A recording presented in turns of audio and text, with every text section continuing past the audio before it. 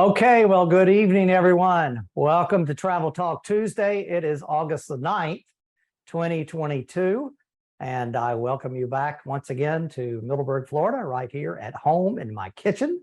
Tonight, we're talking about Switzerland, the middle part of Switzerland, the Lauterbrunnen Valley, and specifically three mountain peaks in that tower over that valley, known as the Jungfrau, which in German is a young maiden, the Monk, which is the monk, and the Eiger, the old ogre. So those are the three mountain peaks that we're going to be talking about. So I thank you guys for joining me tonight. And without further ado, let's get into this a little bit. So let me share my screen back again. And then, okay. All right, so what we have here, by the way, we are experimenting, and I think we are through experimenting. We experimented last week, but we had some issues with this webinar on Zoom and coming through to Facebook of having gray blotches all over the place where things were grayed out. And so I think we've got the computer and the programs all set up, so that's not happening again. And so hopefully we got a clean video of what you see on the screen and me in a little cubicle up in the top right-hand corner. So this photo here that you see on the screen is my Germany, Austria, and Switzerland tour route. Now, as you can see, Lauterbrunnen is right in the middle of this whole route. But that tour begins in Vienna. It's 2 nights in Vienna. We spend some time along the Danube River, go to Melk and along the Danube River. Then we spend 2 nights in Salzburg, Austria. We visit Reutte and the castle nearby there, Mad King Ludwig's castle of Neuschwanstein. And then we go up to Lauterbrunnen and spend 2 days in the Swiss Alps, 2 nights in the Swiss Alps. And the second day in the Swiss Alps is always totally free for everyone to do whatever they would like to do. Now, we have suggestions of many alpine hikes, ski lifts, train rides, and everything to take. And it often depends on what the weather's like at 2,800 feet, which is where Lauterbrunnen is, and way up over 13,000 feet where the peaks are of the mountains. So if the weather is great, I always suggest get up early, take a lift up, and go up as high as you can go and enjoy the views and the vistas. If you're up for walking and hiking, walking down hills, okay. There's little huts all over the place where you can stop and get a nice lunch, authentic lunch of sausages or roasty or hot dogs, those salads, those kind of things. And then take the train back down to the valley at the very end of the day. So that's a great thing. So I've been doing this for many, many years. I think the first time I ever went to Lauterbrunnen was in 1995, maybe. And I just went there to learn about the place and to learn about that area in Switzerland. It's called the Berner Oberland, and it's a Bern, B-E-R-N, is the capital of the region. And the largest town nearby is Interlaken, which is between 2 lakes right above Lauterbrunnen. And then you travel south about 15 miles into the Lauterbrunnen Valley, and that's where we stayed. So I was there back a few months ago. The weather was perfect. And the highest mountain peak that you can go to there is called the Jungfrau, the Young Maiden's Pass, or the Yolk, Jungfraujoch. And so I've often entertained going there. And 2 things have always stopped me. First of all, the price. It is very pricey to get up there and take the transportation there. It's about $200 to do for the round trip. You maybe could book it early, way ahead of time, or else, and then risk the weather. Or you could get up at 6 in the morning and go up and save about $30 or $40 But for me, I sprung for the $200 the night before because I knew it was going to be a perfect day the next day with a great forecast. The other thing that has always kept me from going there were the hordes of tourists that come in for the day, especially from nearby Interlaken, and they do day trips in on the train. Nothing wrong with that, but many groups from Asia and many groups from India just inundate those trains back in 2019 and before COVID, and coming in, going to the top of Europe, to the top of the Jungfrau, and monopolizing the whole place. And I've often heard that when you're up there, you can't move around because there are so many people jockeying for positions to take that great photo out there on the glacier and everything else.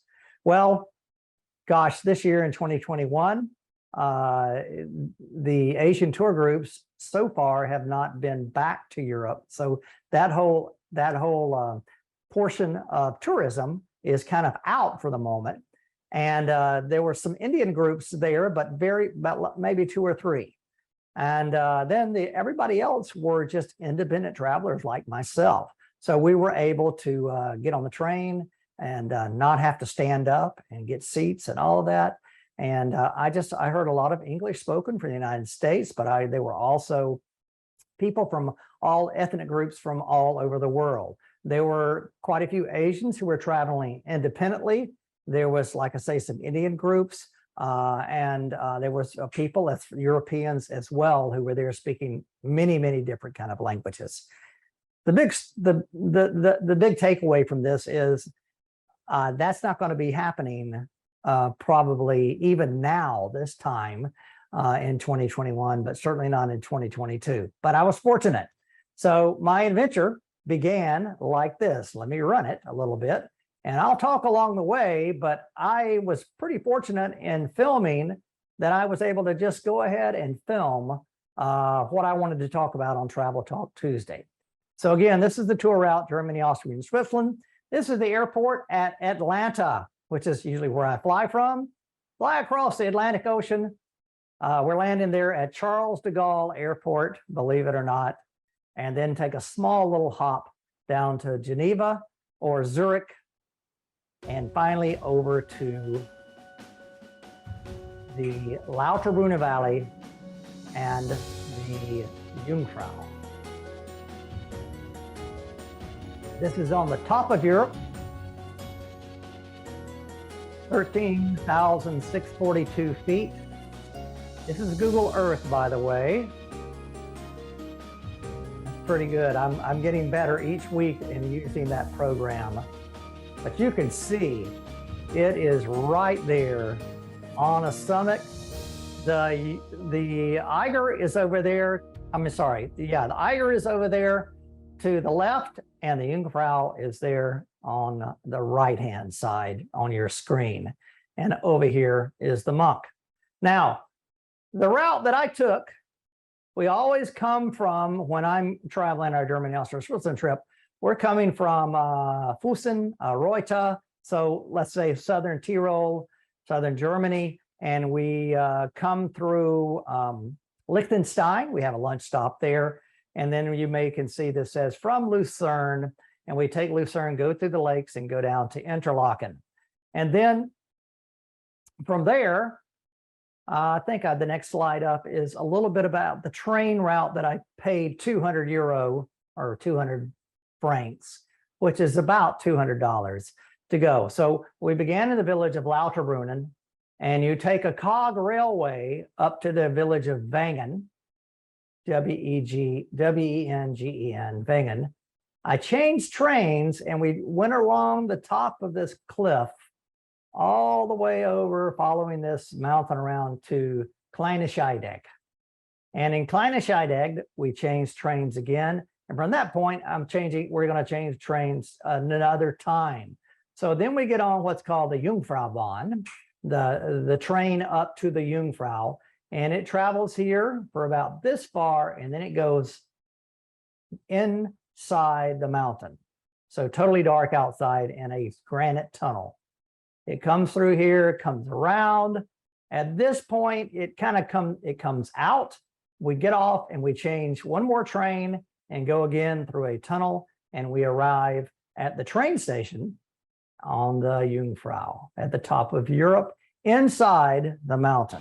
Hey, David McGuffin here. I am in the Lauterbrunnen Valley in Switzerland, just south of Interlaken, one of the most beautiful places in the world that I've ever been.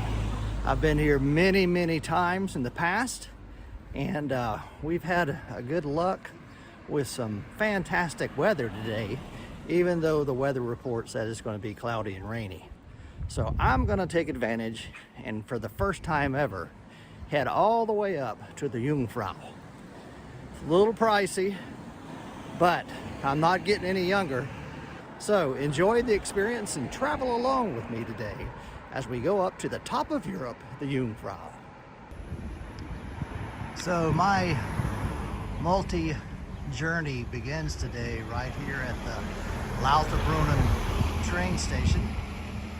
And ultimately, you can't hardly see it, but beyond the mountains, hidden in the clouds, is the Jungfrau, the highest mountain here, over 13,000 feet. That's where I'm heading to the top of Europe. Let's see how the adventure goes. So all real adventures begin with looking at the departure board. I'm taking this 11:30 train to Wengen and then ultimately to Kleine Scheidegg. It departs right here from track 3, and so let's see how the adventure goes.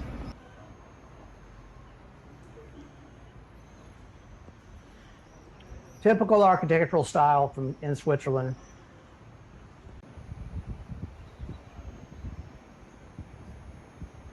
This is the first cog train that I took up to the village of Wengen. You see it's 52 degrees, almost 11:30, 11:24 in the morning. Choo choo, the cog train is pulling out of the station.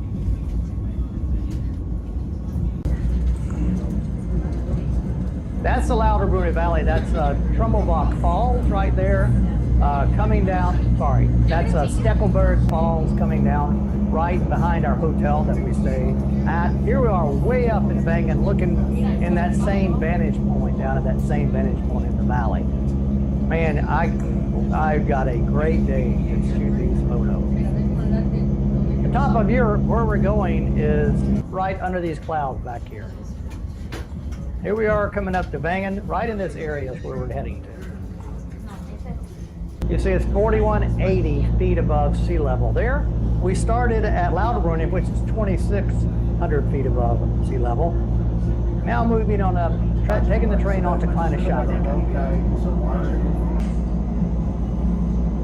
Cows all over the place, bells ringing all over the place, beautiful green alpine meadows. So this is just don't get any better. I'm trying to shoot all 3 of the mountain peaks, but they're just, the clouds are obscuring every one. So this is Wengenaufbahn. That's what I took up to Wengen. And here we are at this area. So we made it up to 6,700 feet here at Kleine Scheidegg. And pretty amazing. Here's a bit thinner here. Temperature dropped a bit, but it's still pleasant, sun shining. We got another connection and about 20 minutes to head on up to the top of Europe, to the Jungfrau.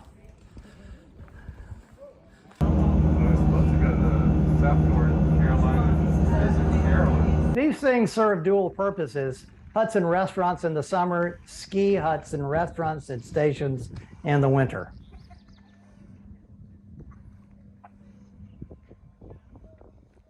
Again, we're about 6,000 feet above sea level here. And now we're leaving. That's Kleine Scheidegg there on the right-hand side, and we're heading up the mountain to the top of Europe.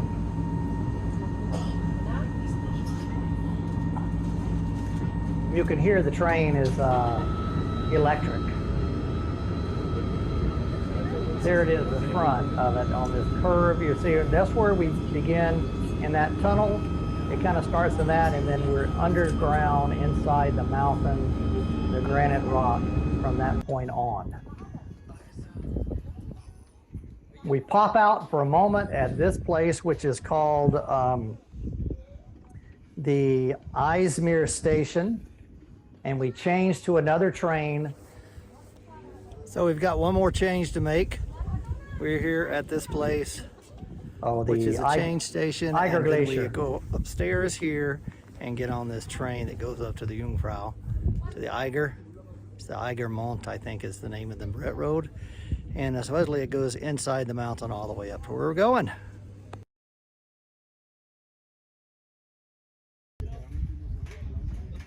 So no photos at the moment, and I may have some coming back down, but this is at the top of Europe. So I walked through underground, and then I went immediately through all the attractions, which is about a mile underground, maybe 3/4 of a mile. Okay, folks, I think I'm at the top of Europe here. I'm on what's known as the Sphinx, right in the saddle between the Jungfrau and the Eiger, I believe, at an area known as the Sphinx, and it's 11,782 feet. Looking to the south at this glacier going down here, the longest glacier I know in Europe. Clouds are coming and going, so we have some pockets of clear, some pockets of nothing but clouds. But at the top of Europe right here, let me do a spin. The clouds roll in and out very quickly. And now just like that, it's all clouded in again. Luckily, I'm here by myself, not with a group, so I can afford to be here until the last train down if I want to.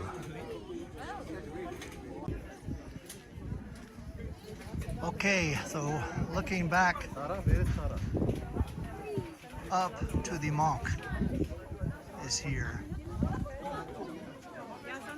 That's the top of it, my goodness.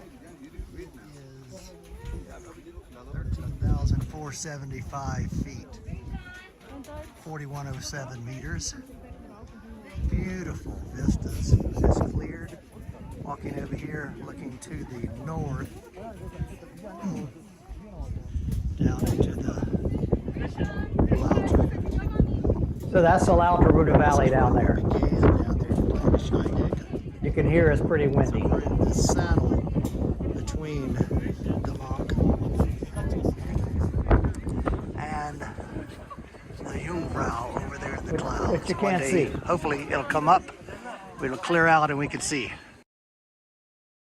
So this is that glacier that goes all the way down to Italy, into Italy. It's the longest one in all of Eurasia, is said. I think I have a Google map of it in just a moment. It'll pop up so you can see where it fits in. It's possible, and I did walk a bit on it, but I certainly did not have the right shoes. This was interesting to find this plaque up there, quoting Isaiah, and one of the construction workers, "Glory to God belongs therefore to we who raise our praise to him." 7 degrees Celsius, 45 Fahrenheit. I don't know if that was -7 or not, but it's probably 7. Inside are kind of like an amusement park. Not really, but you can self-guided walk.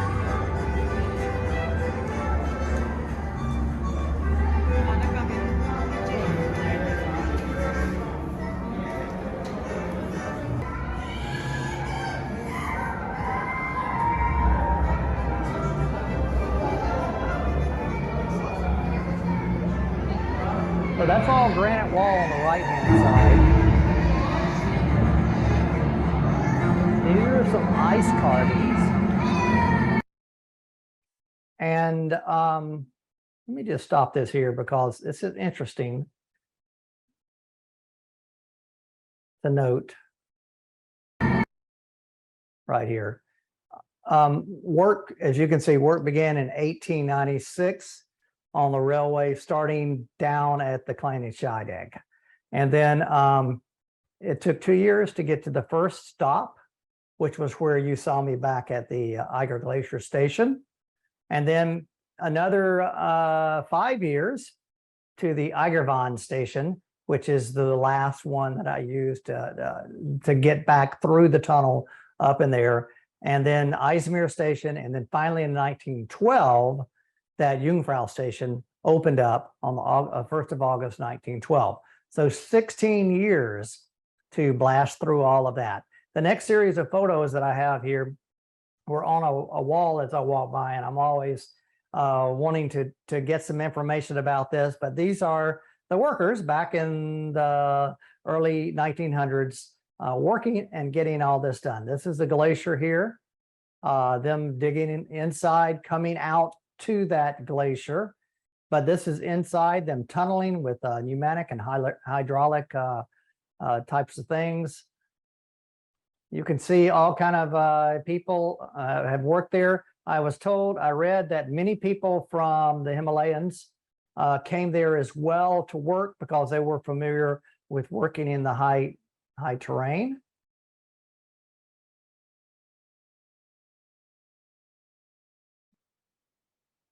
Boy, no wonder it took them 12 years to blast through all of that. There you go, a train track to nowhere.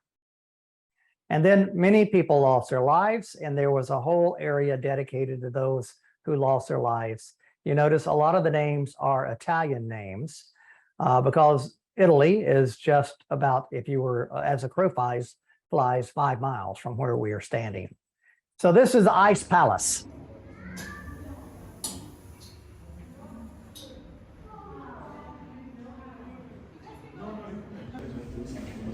Hey, I'm here in the Ice Palace, a grand hallway covered totally with ice.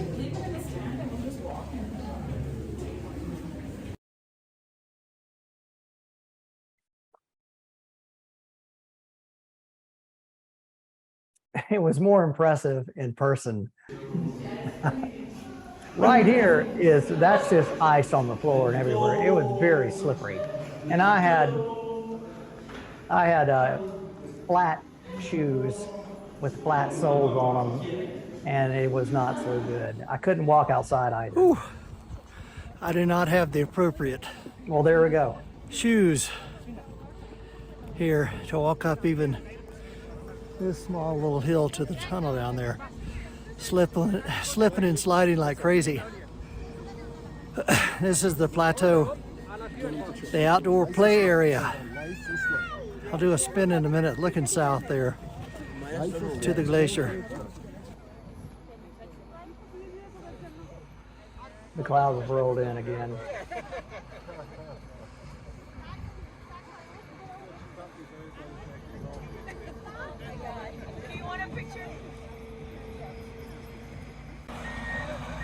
This snowplow, if he were to back up another 10 feet, he would be falling off the edge of it. So that guy knows what he's doing, and I think these guys were making a snowman out here, it looks like.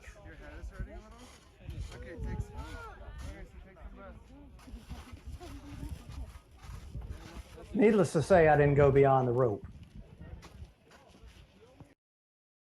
Okay, here you go. This is so you can see the Jungfrau, where I'm standing, is right here, up here on the kind of the top left corner. And that glacier begins right there and goes all the way down into Italy here. And it's the longest glacier in all of Europe. There's actually several glaciers here. There's another one over in Grindelwald, which we've actually been to, gosh, 30 years ago. I haven't been back, but I understand that it is receded quite a bit. But that's just a little bit about that glacier. Is called the Auslach Glacier, I think. Let me see here. Usually I don't see the word there. You'll have to look that one up. The longest one in Eurasia. This is where one can take off and walk for 45 minutes to a high mountain hut down there, stay overnight, zip line, kids were skiing here as well. Snow is guaranteed 365 days a year. Birds.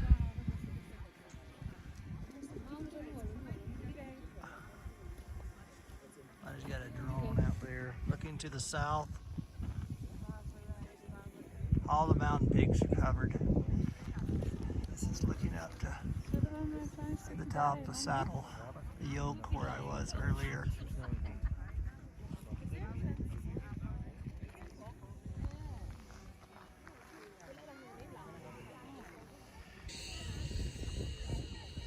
Okay, from the top of Europe, this is David McGuffin. I have had a great experience up here. It seems like the weather has cooperated pretty well, especially to the south. A lot of good blue skies. The Monk, the Eiger sometimes, and the Jungfrau have been mostly obscured with clouds. It's bright out here with this snow, but it's been a fantastic experience, as you can see. So I suppose it's about time to head back down halfway to the valley at least. But from the top of Europe, your adventure starts right here with David McGuffin's Exploring Europe. Auf Wiedersehen. We'll catch you later from Switzerland. I got a bottle of Prosecco, 2 bottles, little bottles of Prosecco, and some Pringles, and had a picnic right there. It was frigid, but I couldn't resist it. And then I took the train, kind of like the same route, back down to Kleine Scheidegg. This is, it was a nice map online, but you can't see it because it has all those ski lifts and everything. But you can see up here is the Jungfrau. I kind of zoomed in a little bit. The Jungfrau, this is the way it comes down to Kleine Scheidegg. And then when I got there to Kleine Scheidegg, I made the mistake and I did the train. By the way, this is the station up there underground. You can see it's pretty dang modern. It looks like a subway station in London or Paris or something, even much more cleaner and modern than that. And here we go. That's the Aletsch Glacier station.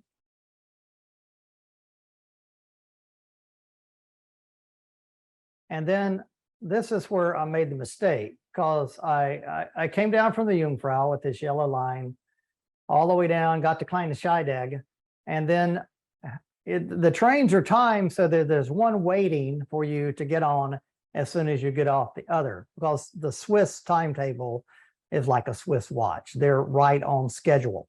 Well, I hopped off and got on the first train that was there. Unfortunately, that train went the red route, which went down to a village called Grindelwald, and I wanted to go over here to Lauterbrunnen. But no worries, I had wonderful views all the way down. I went to the station attendant and said, hey, listen, my ticket says this. This is what I paid for. The lady said, just get on the train and go back this way along the valley back to Lauterbrunnen, which is what I did. But for $200, they should give me, take care of my mistake, right? This is going back down to Grindelwald on the other side of the mountain, in the other direction. Again, beautiful scenery. Wow.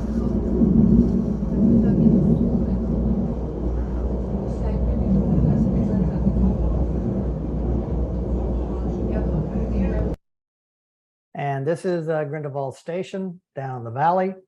From there, I caught a train along the river and all the way back in 30 minutes to where I started in Lauterbrunnen. Okay.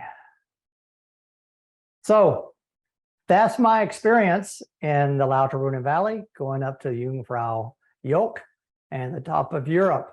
I'm glad I did it. I don't think I need to spend $200 again to do it.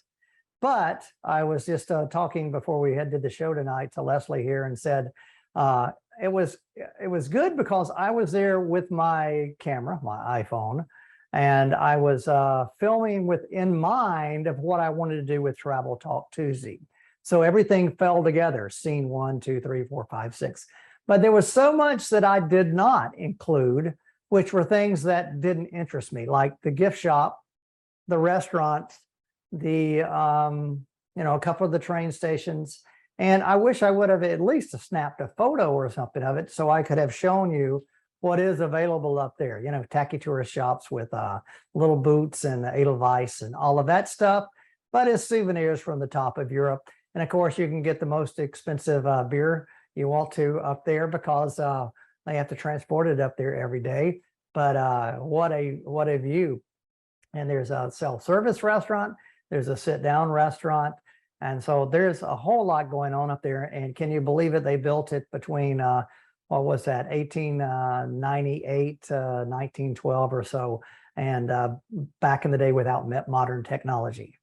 But I had a blast doing it. Thank you guys for watching tonight.